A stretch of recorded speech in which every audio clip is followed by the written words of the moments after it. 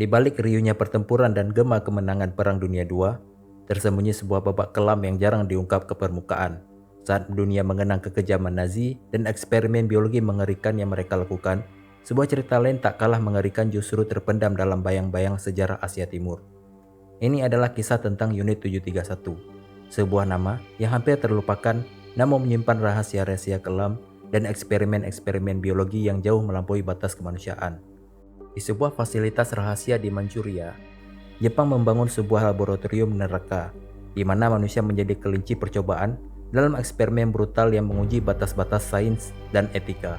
Unit 731 bukan sekedar sebuah unit militer biasa, ini adalah simbol dari ilmu pengetahuan yang diselewengkan, di mana nyawa manusia direnggut demi pencapaian teknologi perang yang mengerikan. Korban-korbannya bukan hanya tawanan perang, melainkan juga warga sipil yang tak berdosa, yang menjadi saksi bisu penderitaan tak terkatakan. Meskipun seringkali tenggelam dalam bayang-bayang sejarah Nazi Jerman, kekejaman yang dilakukan oleh Unit 731 tidak kalah mengerikan, bahkan dalam beberapa aspek jauh lebih kejam dan tidak manusiawi. Penelitian mereka melibatkan penyebaran penyakit mematikan, operasi bedah tanpa anestesi, hingga pembekuan dan pembakaran hidup-hidup.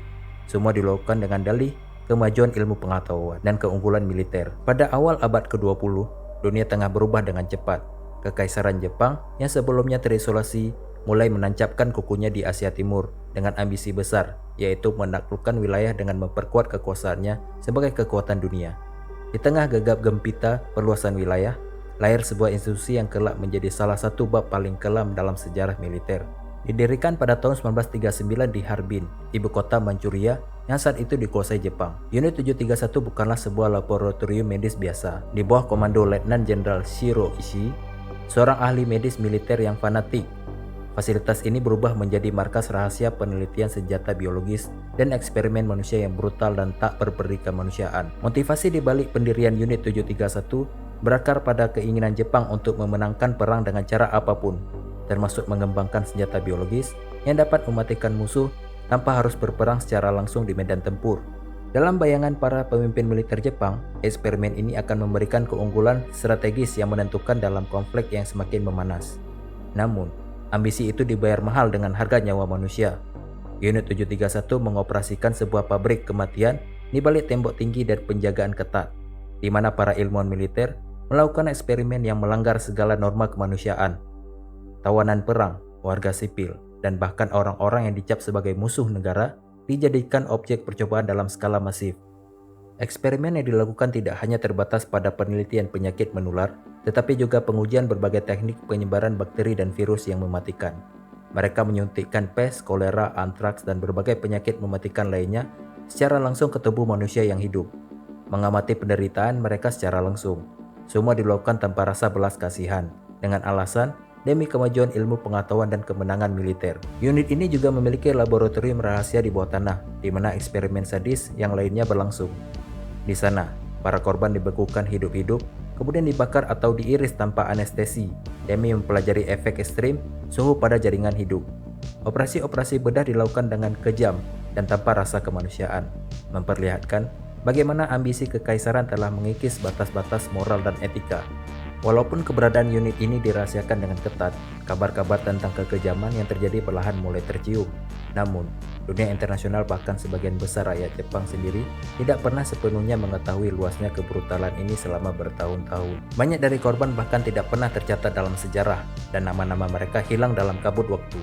Diperkirakan puluhan ribu hingga ratusan ribu jiwa menjadi korban langsung eksperimen di unit ini. Sebagian besar dari mereka adalah tawanan perang dari Tiongkok, Rusia, Korea, dan negara-negara lain yang terlibat dalam konflik Asia Pasifik. Selain itu, warga sipil yang dicurigai sebagai musuh atau pemberontak juga menjadi sasaran. Rahasia Unit 731 dijaga ketat oleh pemerintah Jepang saat itu. Banyak pelaku eksperimen, termasuk Komandan Shiro Ishii, tidak pernah diadili atas kejahatan mereka. Justru, beberapa dari mereka mendapat perlindungan dari Amerika Serikat yang melihat nilai intelijen dari hasil eksperimen ini dalam konteks Perang Dingin. Inilah salah satu alasan mengapa kebenaran tentang Unit 731 terlambat terungkap dan kurang dikenal di dunia. Pengungkapan tentang Unit 731 baru muncul secara perlahan setelah perang berakhir, melalui kesaksian para korban yang selamat dan dokumen-dokumen rahasia yang akhirnya bocor ke publik. Namun, penyangkalan dan kebisuan pemerintahan Jepang selama puluhan tahun memperlambat pengakuan dan keadilan yang seharusnya diterima para korban. Kisah kelam ini tetap menjadi luka terbuka yang mengingatkan kita akan bahaya penguasaan ilmu, pengetahuan tanpa etika dan rasa kemanusiaan. Korban-korban Unit 731 meskipun suaranya nyaris tenggelam dalam sejarah, dalam saksi abadi bahwa kekejaman perang bisa menjatuhkan manusia pada titik paling rendah. Setelah perang usai, rahasia ini tidak langsung terungkap sepenuhnya. Banyak dokumen penting yang disembunyikan atau bahkan dihancurkan demi melindungi nama baik pemerintah Jepang dan pihak militer yang terlibat. Di sisi lain, Amerika Serikat memilih memanfaatkan hasil eksperimen ini sebagai aset intelijen dalam persaingan geopolitik era Perang Dingin, sehingga banyak pelaku tidak pernah diadili dan malah mendapatkan pengampunan. Di Jepang sendiri, pengakuan resmi dan permintaan maaf atas kejahatan Unit 731 masih menjadi topik kontroversial dan sensitif, bahkan hingga hari ini. Pendidikan tentang kejadian ini belum sepenuhnya masuk kurikulum nasional, sehingga generasi muda seringkali kurang menyadari betapa mengerikannya sejarah tersebut. Di tingkat internasional, Unit 731 menjadi pelajaran penting dalam pengembangan hukum internasional dan peraturan tentang eksperimen medis serta senjata biologis. Konvensi-konvensi seperti Konvensi Senjata Biologis dan Kimia berakar dari pengalaman kelam seperti ini bertujuan mencegah terulangnya eksperimen dan perang biologis di masa depan. Warisan Unit 731 bukan hanya soal sejarah kelam, tapi juga panggilan agar umat manusia menjaga kemanusiaan dalam setiap langkah kemajuan ilmu pengetahuan.